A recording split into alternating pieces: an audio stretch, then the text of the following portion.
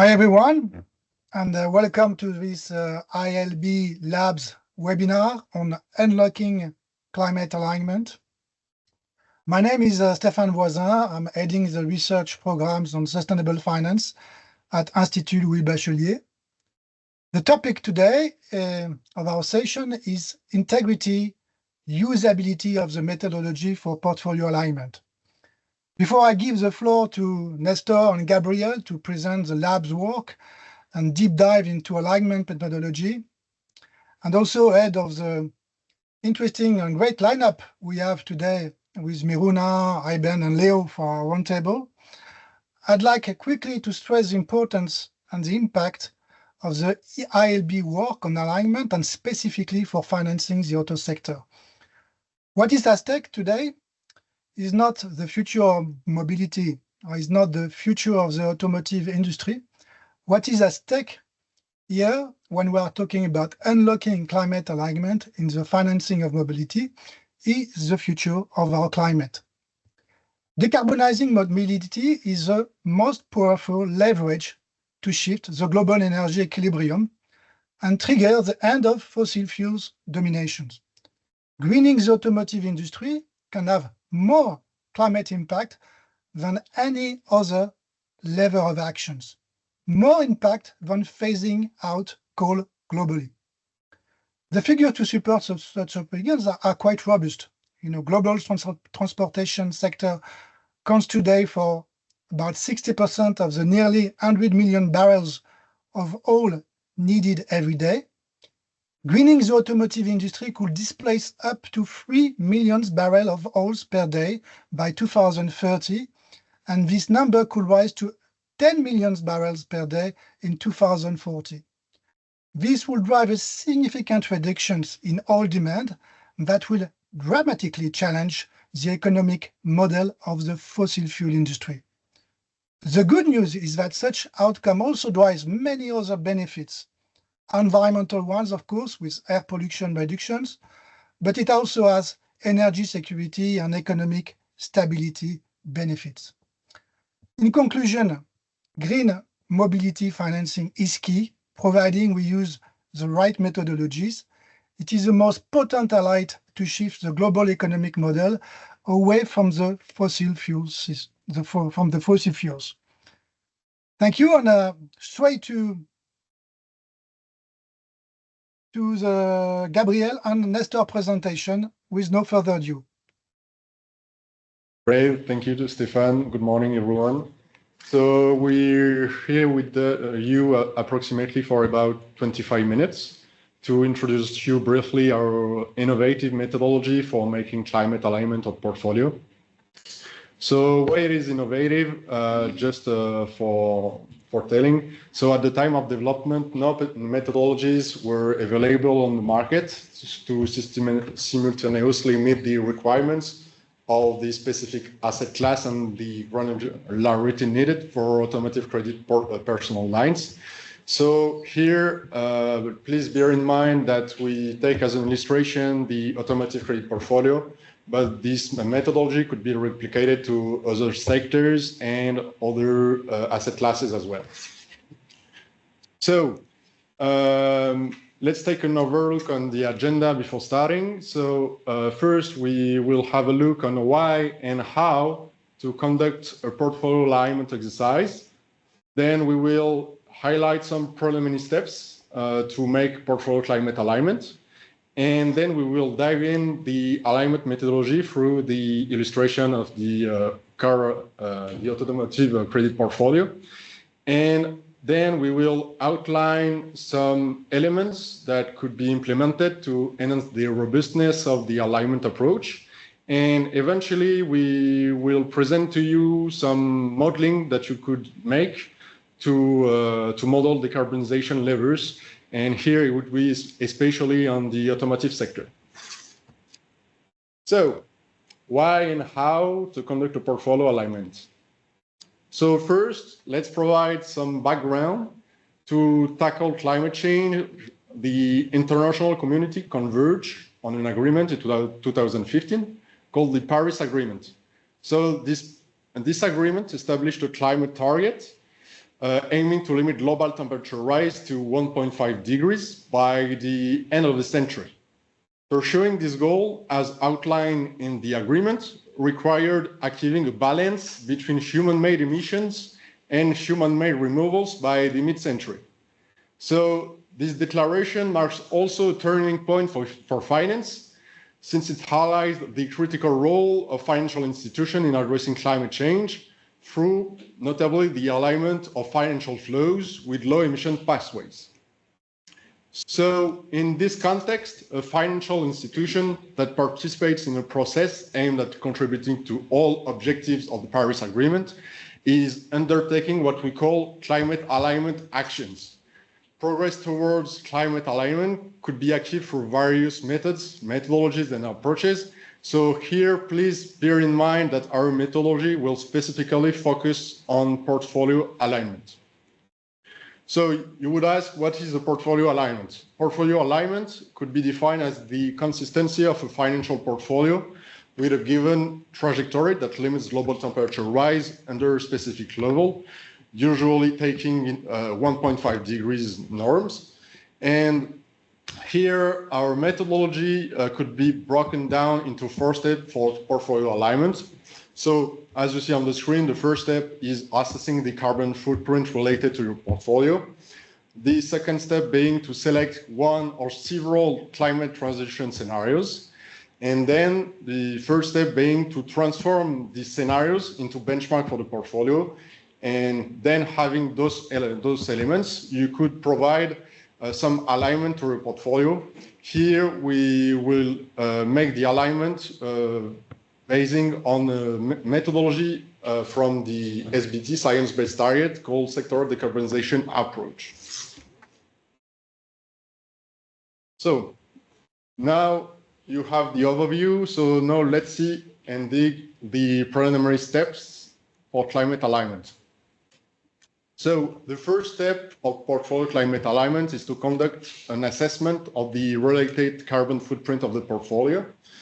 Before starting the assessment, some preliminary steps must be taken. So first, you have to select the portfolio, so determine the nature of the assets and its related sector. So in our case, it's a portfolio of personal loans related to the automotive sector. Second, you have to choose the scope of emission as well. So ideally, all scopes will be selected. In this case, while we assess all scopes for having a big picture of the carbon emission of the portfolio, we selected only the scope 1 and scope 2 emission for the alignment to ensure consistency with the scenario's emission scope. And third, you have to decide on the approach. Either it's a bottom-up approach or a top-down approach. In our case, still, a bottom-up approach is preferred due to an availability of detailed data, such as motorization, brand and model, and the declared carbon intensity of each vehicle in each lines of the portfolio. So this carbon footprint evaluation provides 2 key pieces of information. On your left, you have average portfolio carbon intensity, and on your right, you have absolute emissions of the portfolio.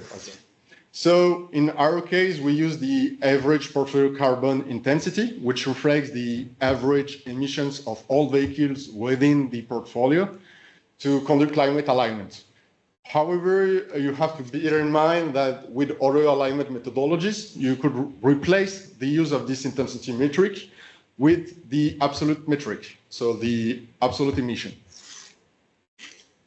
And then you have the other step, which is to select climate scenarios. So climate scenarios, to be simple, it serves as a simplified partial representation of the world designed to address specific issues related to climate change. So to help selection decisions, certain criteria should be considered to enhance the robustness and representativeness of the approach. So on the one hand, you have the scenario-related criteria, such as geographic coverage, sectoral coverage. For instance, if you have a scenario, you have to check if the scenario covers well with great granularity the France, for instance, and the automotive sector. And on the other hand, you have other criteria that are more related to the portfolio and the company. So for instance, the coherence with the company and the group pledges. Like for instance, if you belong to a group, you have to bear in mind that you have to take into consideration the same scenario. And also you have to be coherent with your carbon footprint exercise.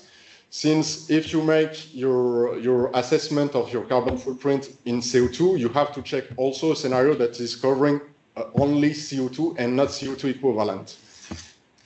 So after making the selection criteria, we selected two different types of scenarios. On your left, we decided to choose as a net zero scenario the IEA's, which is the International Energy Agency net zero emissions by 2050, which is a widely accepted net zero scenario that we downscaled for the French automotive sector with our partners that is called Energy, which is a provider of energy and climate scenarios. And on your right, you have the market scenario, which is which come from the long-term strategy of France that represent the French current policy pathways, which is more the expected trajectory for the market. And this one was also adapted to provide more detailed information for the French automotive sector. So now we could finally dive in the methodology. So just for reading support, the effort point that you see on the screen represent the average carbon intensity of the national automobile fleet in France that is expressed in grams CO2 per kilometer.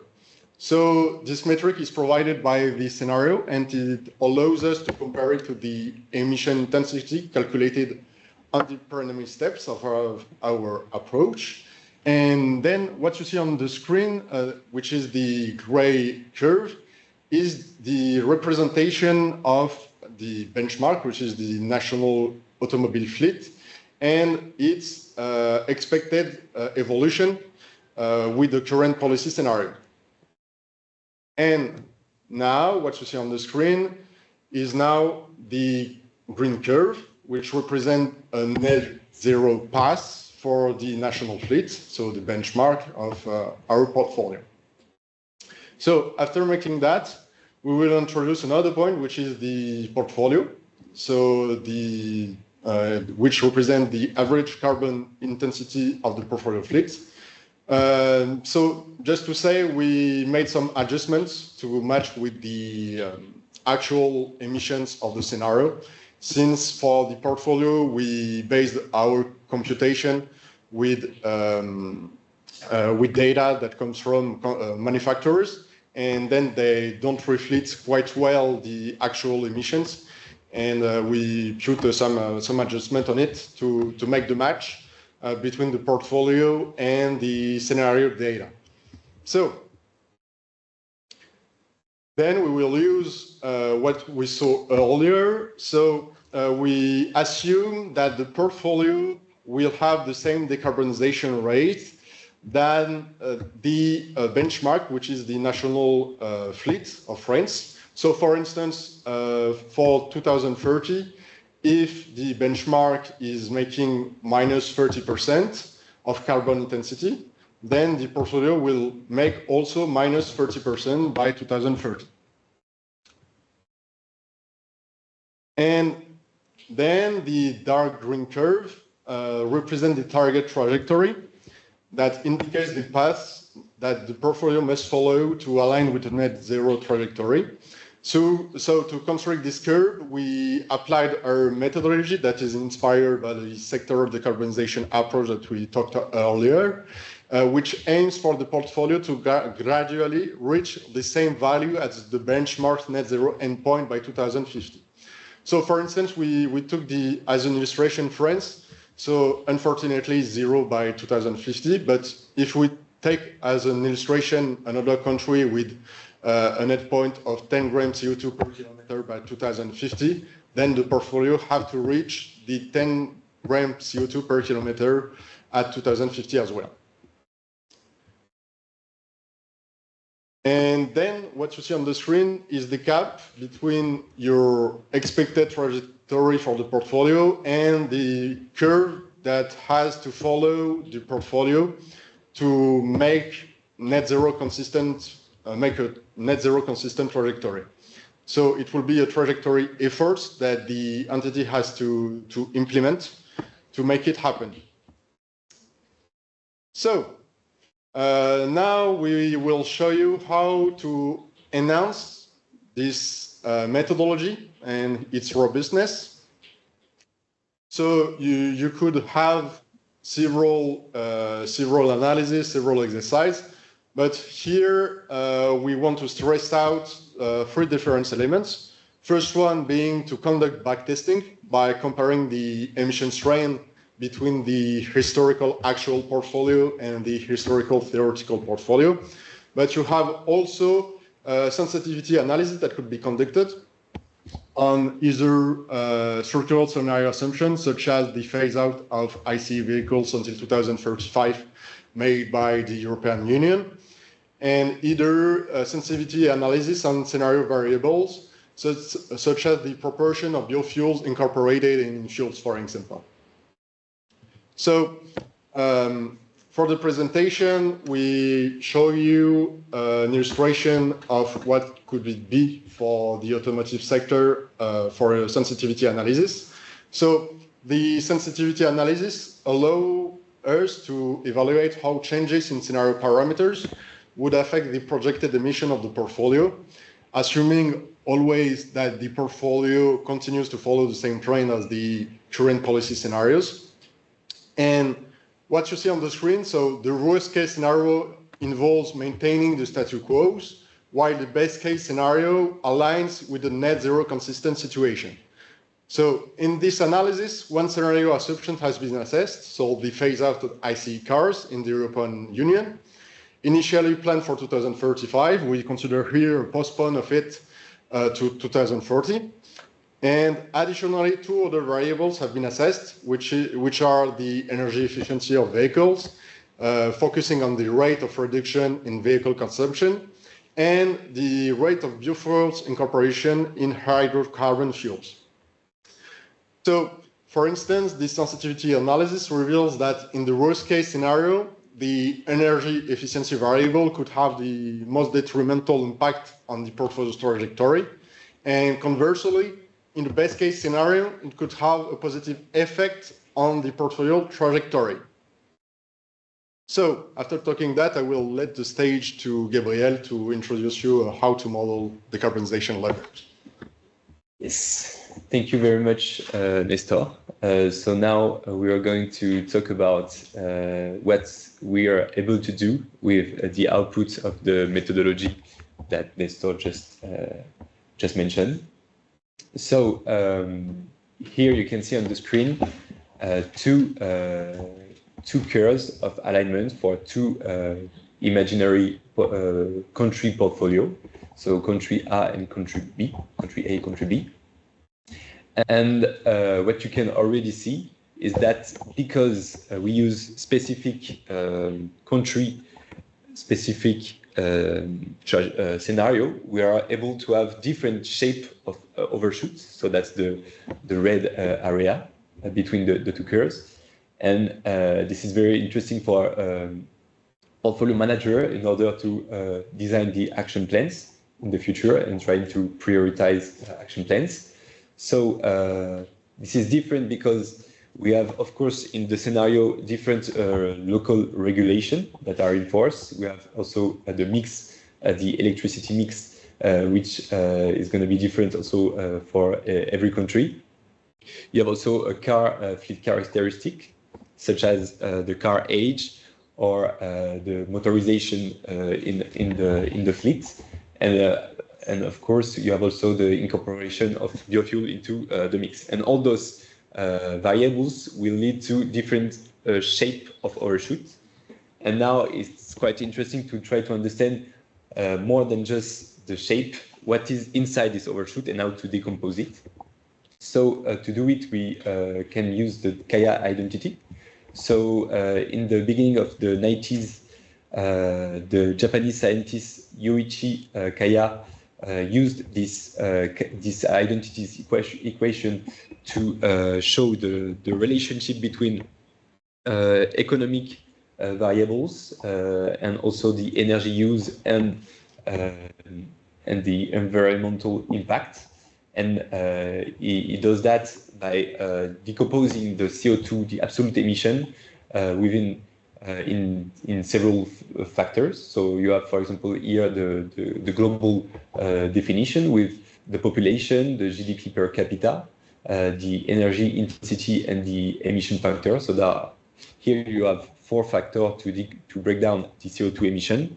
But let's more have a look on the automotive sector specific equation, where it will be easier for us to find action related to those levers. So first of all, you have behavioral aspects, such as the transport demand. So basically, how many kilometers are demanded to achieve the need of the population. Then you have the modal share. So the question here is how much of those kilometers are going to be done by a car. Then you have the load factor of vehicles. So here we are trying to ask the question, how many cars do we need to achieve those travels? So here we are only talking about the behavioral aspect, and you have also some technical change aspect. So the efficiency, energy efficiency of vehicle, here it's more about how much energy do we need to let that kilometer happen. And then at the end, you will have the carbon intensity of energy.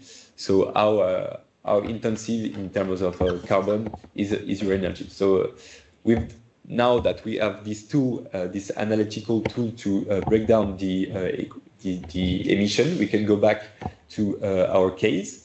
So you have for both country A or country B a gap between the tendential, the trends with regulation that are in force or that are going to happen, and the net zero, which is the trajectory that we should follow. And now we are able to break down this emission, this gap, with the Kaya levers.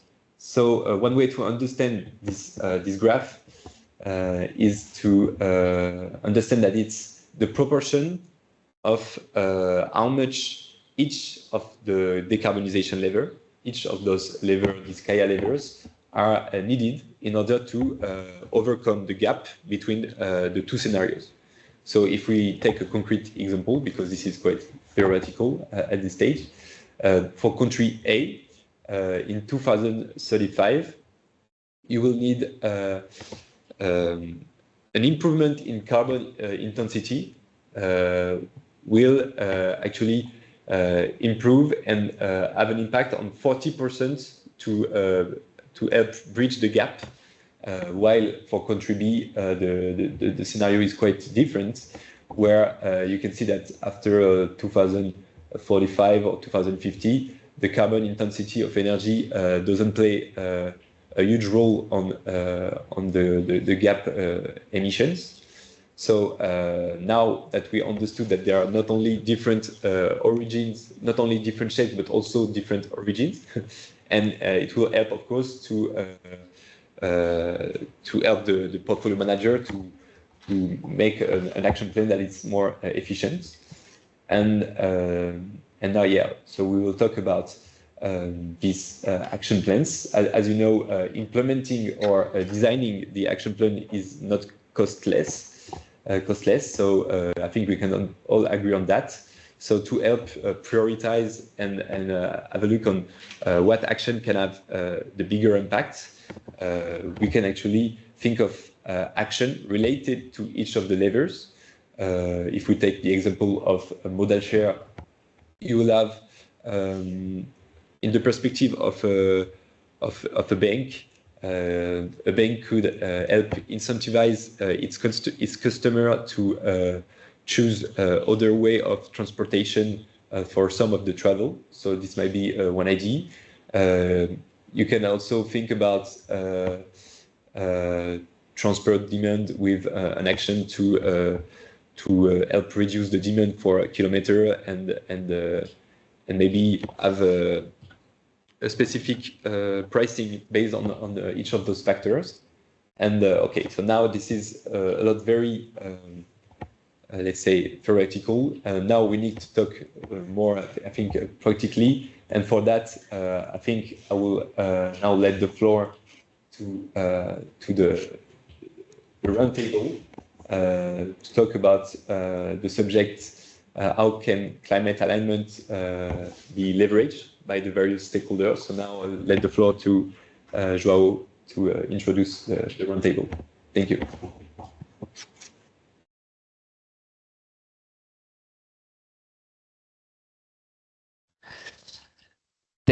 Thank you very much, Gabriel and Nestor, for this very insightful presentation.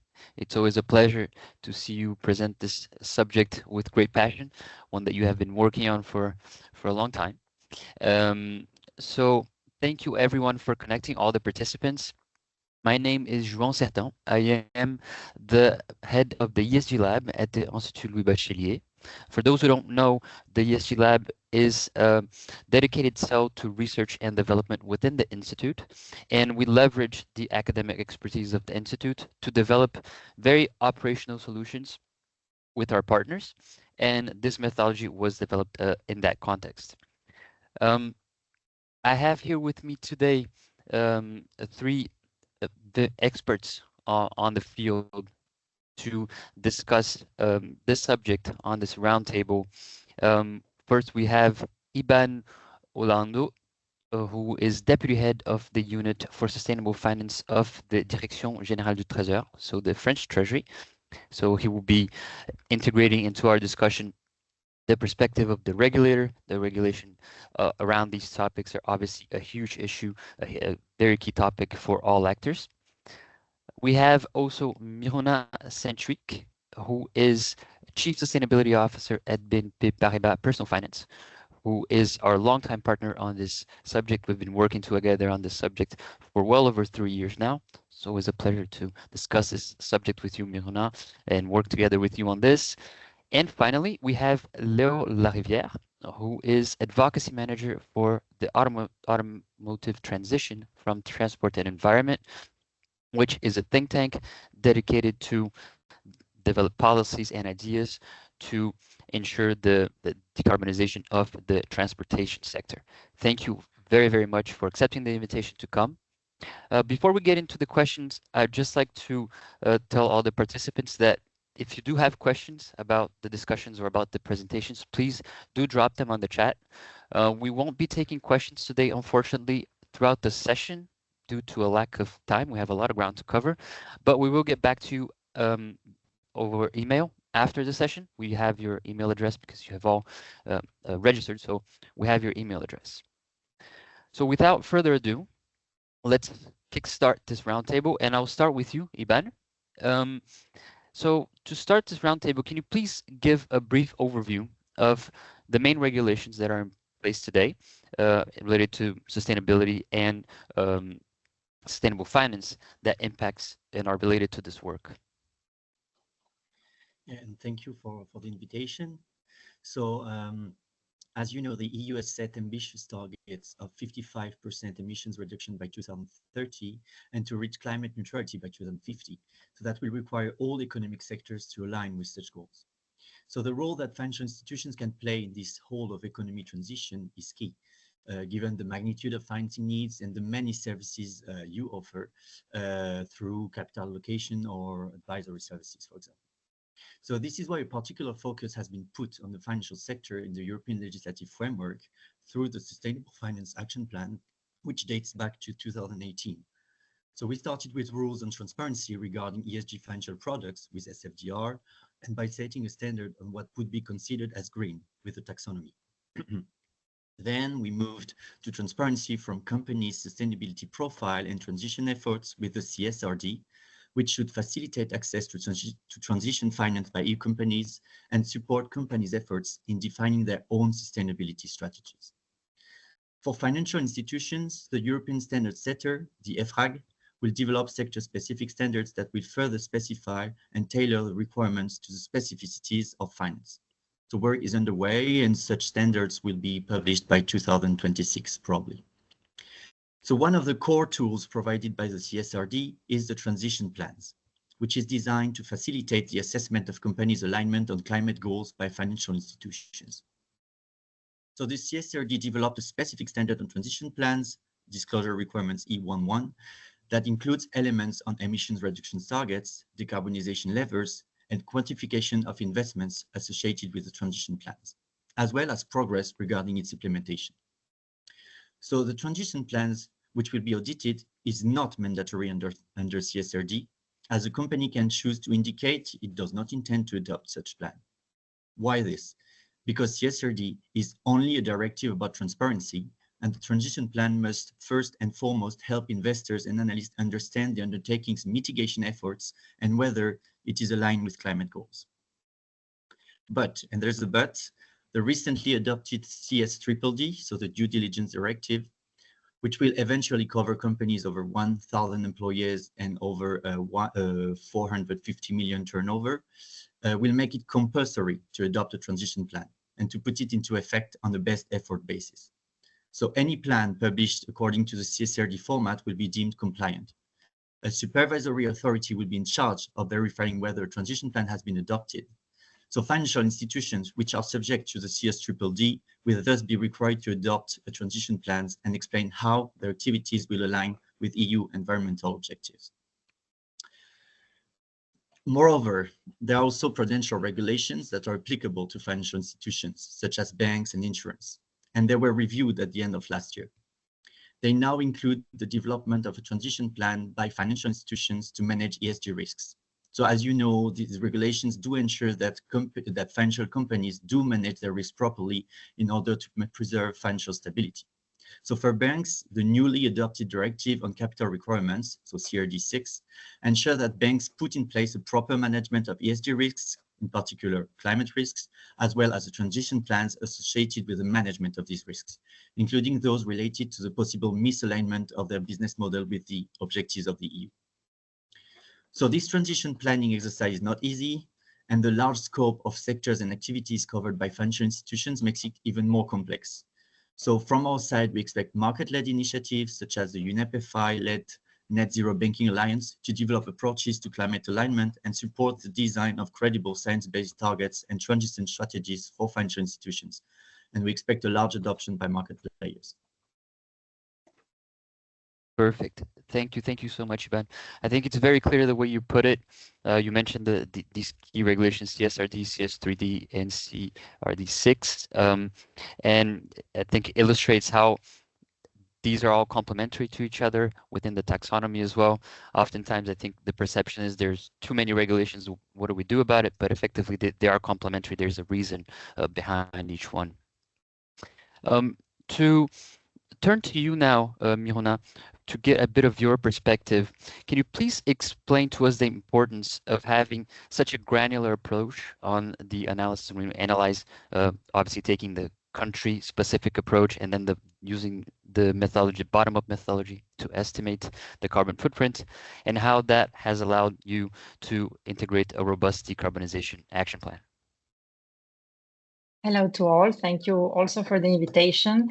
I will start answering the question by saying that coming after Iban, I can only say that we have to do everything to be compliant with all these directives. Well, it's not supposed to be a joke, because yes, it's true. But moreover, BNP Paribas is a founder member of the Net Zero Banking Alliance, NZBA, and therefore has already started a very strong strategy and decisions in terms of commercial approach on different elements impacting environment. Therefore, yes, of course, we have to be compliant with the different directives, but what we started to do together, it's going much further, because we started indeed 3 or 4 years ago to do this exercise. We wanted first to see how our portfolio looks like. We are a bank, so our impact on environment is pretty limited, I would say, compared with industries or transportation ourselves as our own emissions is not so huge. So yes, we do everything there on our scope 1 to limit the impact, but our biggest impact is on the portfolio of what we finance. So we started to look into it early enough to see first the stage where we stand in terms of emissions. And then starting to look into it, we realized that as in our main activity of credit, well, you could say giving credit, granting credits to individual, well, it's pretty much the same product everywhere, but consumers are different in each market. Behaviors of consumers are different in each market. It's cultural differences, is usage of the different financial instruments from a historical perspective, for example. Also, state behaviors are different, even if they're all in Union or European Union, most of our big countries. So therefore, we realized pretty quickly that we need to go on granular analysis. We need to go country by country. We could not do a big data set for all the countries because it was not very accurate and not very relevant on the specificities. And moreover, if once we have this data, what we do with it in terms of adjusting our commercial strategies on or initiatives or decision related with going or not on certain segments or categories, it's very different, as you showed in your presentation before, from a market to another. Function of the trajectory, we will react, or function of the levers that impact this trajectory, we will have to react differently. So of course, we needed to go on very granular way, and also we also at this stage we have designed this kind of, we have the results. We did not yet implemented within our group guidelines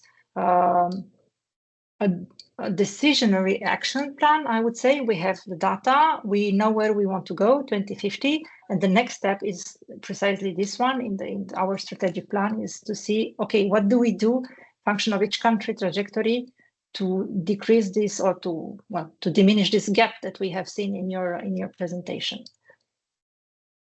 Perfect. Thank you, Miruna. Effectively, that has been the guidelines from the beginning. It has been to go very detailed to understand the main sources of emissions, and then understand it in details, as you mentioned, allows us to actually tackle the specific issues of carbon emissions. And I really appreciate what you said about the fact that most of your emissions are not under your direct control. And so with that, I'll turn to you, Leo. If you can talk a little bit about the importance of the influence that financial institutions play on the decarbonization efforts as a whole, particularly on consumer behavior, and how a methodology such as the one that was presented can be used, according to you, to this end. Yeah. Thank you, João. Let me just start with a few general words of context, and they will lead me to my specific answer. So when you work on the automotive climate transition, one of the big issues is, of course, the new car market and how it works, because it's mainly like this flow of new cars that will gradually replace the old polluting cars that are currently on the road in France, but also in the EU. If those new cars are like electric, and if they are like as small as possible, then little by little, it's the way we would reduce the CO2 emission, and then allow us to meet our climate targets and allow the automotive sector as a whole to participate in this effort. And so the transition of this market relies on the trio of three players, and each of the three has its own share of responsibility and its own share of a role in a way to play. So the first actor of the trio, of course, is the supply, so the OEMs, the car manufacturers, because of course they have a great power in shaping the car market with the strategic production plans, the commercial choices, and so on. The second one, of course, is the demand, so the consumers, households, on the other, and companies as well, because they are the ones making the final decision to register a car and to put it on the road. And between the two, there is a third player, and this third player is the bank, and especially the leasing and the car loan subsidiaries of the banks, because very few people and very few companies have really the means to buy their new cars in cash, and ultimately it's the bank that make it possible to put new cars on the road through loans or through leasing contracts. And that's precisely where your methodology and the work we are discussing today takes on its full meaning, because it's the type of regulation that would push banks to really understand and take their fair share of responsibility in this automotive market climate transition and do what it's in their power to help this market evolve in this direction. So to come back to your question, what a bank can exactly do to accelerate this automotive transition. Well, first of all, and you mentioned it in your question, a bank can influence its own customers and the choices of the customers when it comes to the choice of a car.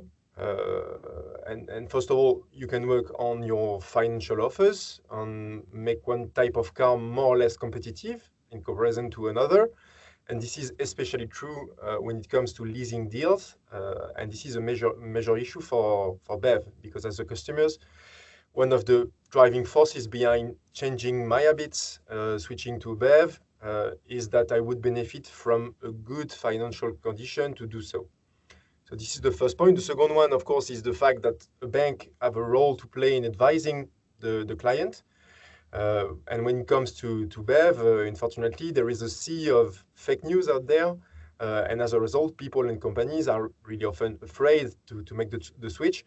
And this is where a bank automotive subsidiary can make the difference, because it can offer reliable technical information to reassure the customers on, for example, like battery durability, on the TCOs of a car, on charging infrastructure, for instance. And finally, this is another point, banks don't just offer a way to finance and to put a car on the road, they also develop a whole range of mobility services around the car. And when it comes to electric cars, those services are very important, they are crucial, and especially for companies, because switching to a BEV for a fleet manager point of view would mean dealing with a new great amount of issues, understanding charging, comparing TCOs, and so on. So it's easier if you can delegate partly that work to your bank and to count on the help of your bank in the services provided by the leasing company or by the bank in general. So, well, I think it's an answer to your question. So to summarize, I think like the financial institution on the automotive transition, the influence is quite important, and well, I'm happy of the work you do if it can help orientate that influence in the right direction. Thank you. Thank you very much, though. I think it's very constructive, everything that you're saying.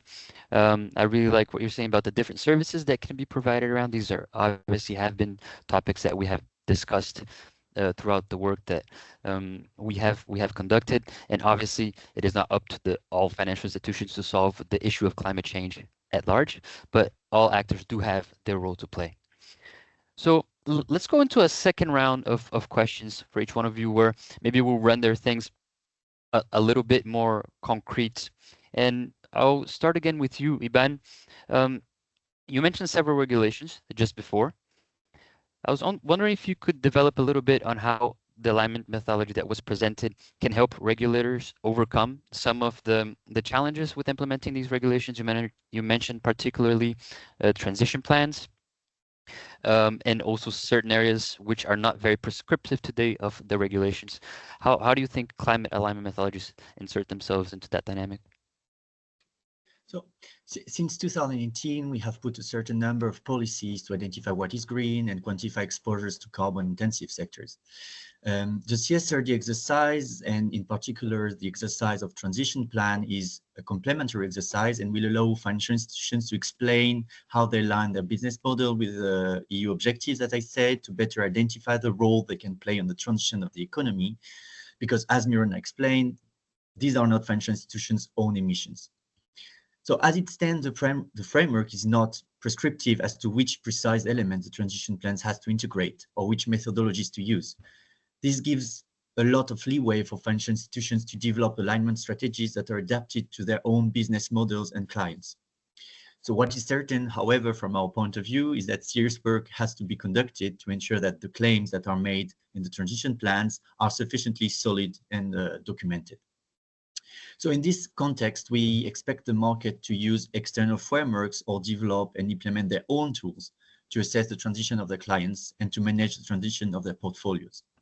So as an example, in the recently reviewed criteria for a national SRA label, so Label ISR, we asked asset managers to conduct an evaluation of the credibility of the transition plans of all invested companies. But of course, we haven't been prescriptive as to how this evaluation should be conducted.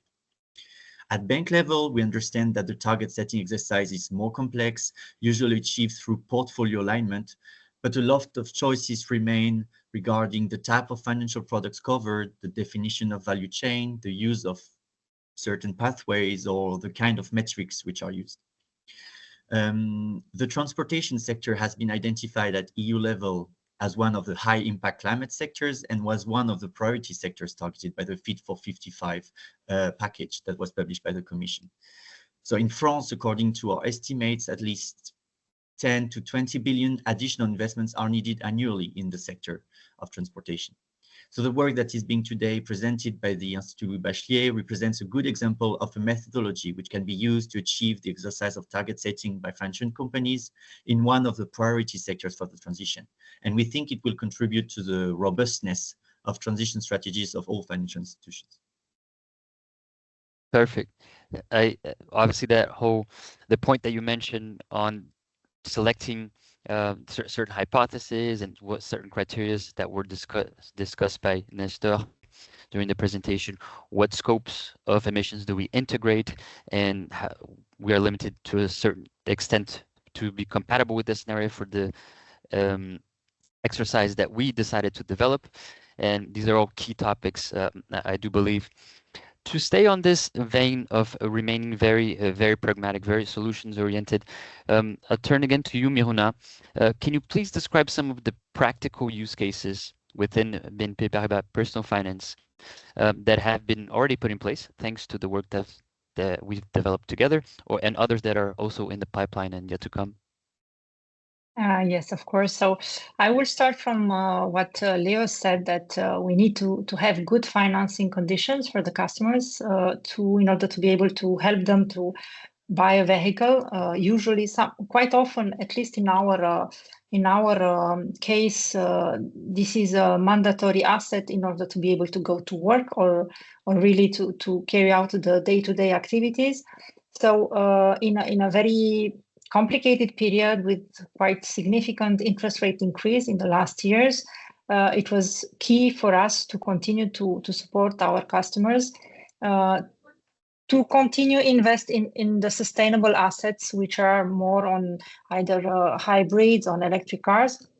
And therefore, we needed to optimize our pricing. We had to go for different financial instruments, and one was the green bonds.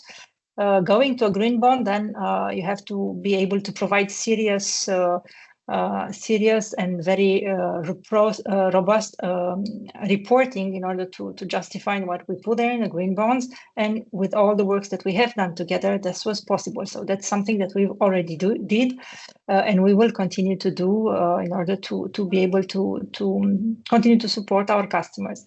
A second potential use, it's still under definition. That's my personal dream of being able to do a real ESG-based pricing. I mean a real, because usually what we do, we decrease the pricing of the green assets, but that's not necessarily the full chain of the ESG-based pricing, which is not easy to implement.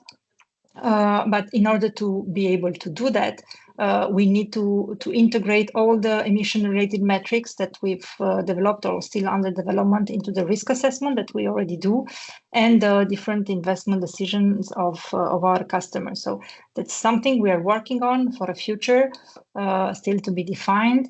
And yes, we are starting to think on how to build this transition plan, even at our level, at individuals. The group has done it already on big corporates. That's the biggest impact. And the group started with what has the biggest, I would say, volume. It will come to individuals, and we are now prepared because we have all this methodology tested and almost completely implemented. Thank you, Miruna. Definitely, I think the examples that you mentioned with the green bonds and integrating emissions or even ESG potentially in a broader sense into eventually the pricing and the risk assessment. I think that renders the objective of this exercise really in a very concrete manner to our listeners. Leo, we've discussed previously, and so to close off this second round of questions with very concrete aspects, can you please explain the importance of having a robust transition plan for particularly the leasing activities? Yeah, this is a very important question. So thank you for asking that. And in fact, indeed, Transport and Environment has done a great deal of work in this subject in recent years and months with several reports in particular, because few people know it, but buying a car is in fact no longer the norm in Europe. Because today, almost 6 out of 10 cars are in fact registered through financial or operational leasing contracts.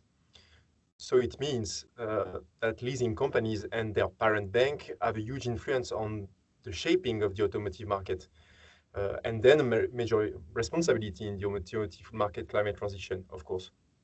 Because in concrete terms, a leasing company would buy and hold and lease millions of new cars across Europe. This is the case, for example, with Arval from the BNP Paribas.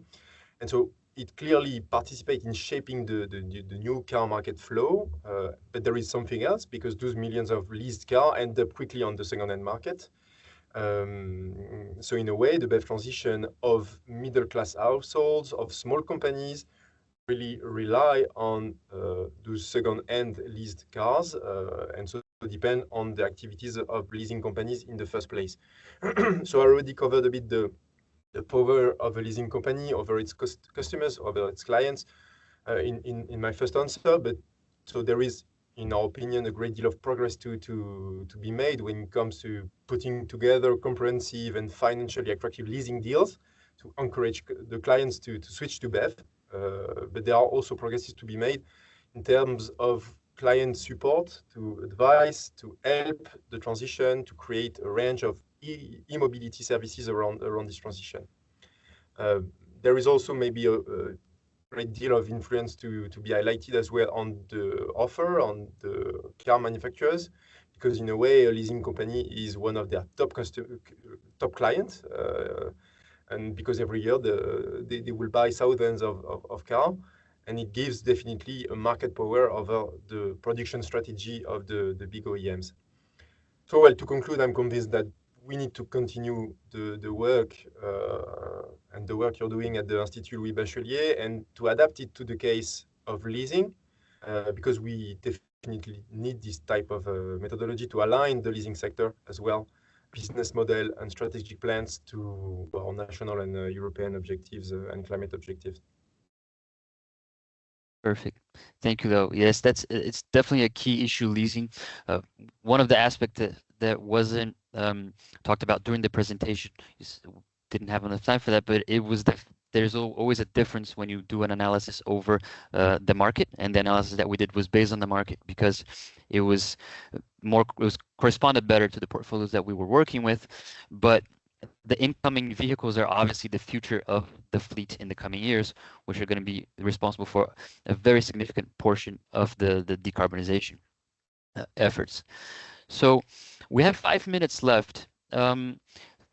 For the last, I would like to go for a last round of questions. So I'll give you each 1 minute, and I'd like each one of you to mention what you think are key aspects that require particular attention to facilitate the decarbonization of the automobile sector, but not only, also more broadly, the decarbonization of the economy as a whole. And this is a rather open question. We can keep the same order. Iban, we'll start with you, and then Miruna, and then Leo can close off this round of questions. Yeah, so to conclude, I think I must say what I heard today is very encouraging. So I think the role of the state is not to define every detail of the decarbonization of the sector, and we would not be able anyway. So we have to provide clear goals and appropriate incentives. So at this stage, we are following very closely how private financial institutions are using the new framework we put in place, which decisions are made regarding capital allocation, and what innovative solutions can be found. So I heard this afternoon that the development of ESG-based pricing could be one of these innovative tools that can incentivize clients to move to a more decarbonized means of transportation. But more generally, at the French Treasury, we are convinced that the decarbonization of the economy at large will come from larger collaboration between the public sector and the private sectors and experts to identify concrete obstacles and solutions for the financing of the transition. And this is one of the reasons we convened the Conseil de financement de la transition écologique, which was launched last year as part of the broader ecological planification work that is supervised by the Prime Minister. So we think these kind of solutions can be thought through together, and we are ready to accompany companies and financial institutions in this journey. Okay, then I can take over. My day-to-day paradox, I would say, and the reason of not being able yet to implement ESG-based pricing is what is called the just transition, because I have the E on one side, correct, and I have the S on the other side. And usually the population that is not able to do the transition faster, better, completely is the one having low revenues and therefore not being able to go in this transition, and either on the mobility or on the housing energy transition plan. And that's the part where we have to, as a bank that we are financing those goods, we have to find the balance between those two elements of the ESG part. So just transition. So, well, my turn. So maybe I would like to conclude, because we are talking about collaboration between public, private, and experts, to say that there is also another power that this kind of methodology can have, and it's the fact that it could help or push banks to have this discussion with public decision makers on the changes we should have in order to accelerate this automotive climate transition. Because once an economic influential player is committed to a transition pathway, and it's the case in this automotive sector, it will also be a way to start to identify the obstacles, the legal and operational obstacles in this pathway, and then ask the state and discuss with the state to remove them. So it can be, for example, something on which we are working a lot at Transport and Environment, and this is the car tax system, for example. And it would be a pleasure to have this alignment between banks, between NGOs, between the civil society, to discuss with public actors to increase the tax benefits for companies, households switching to BEV, while at the same time asking to pay more those who continue to buy new polluting cars, and especially the biggest actor in the market. So yeah, this is also something that needs to be highlighted. Perfect. Thank you very much to the three of you. I love these final conclusions. I hope the participants have appreciated the discussions. I'm sure you have. For those of you that put in the questions, we will get back to you. If you do have any further questions later on after the webinar, what you see here on the slide is our contact. So don't hesitate to contact us if you have questions, if you're wondering how to implement similar methodologies on your own portfolio. Happy to get back to you on that. Again, thank you everyone, and have a good evening. Bye-bye.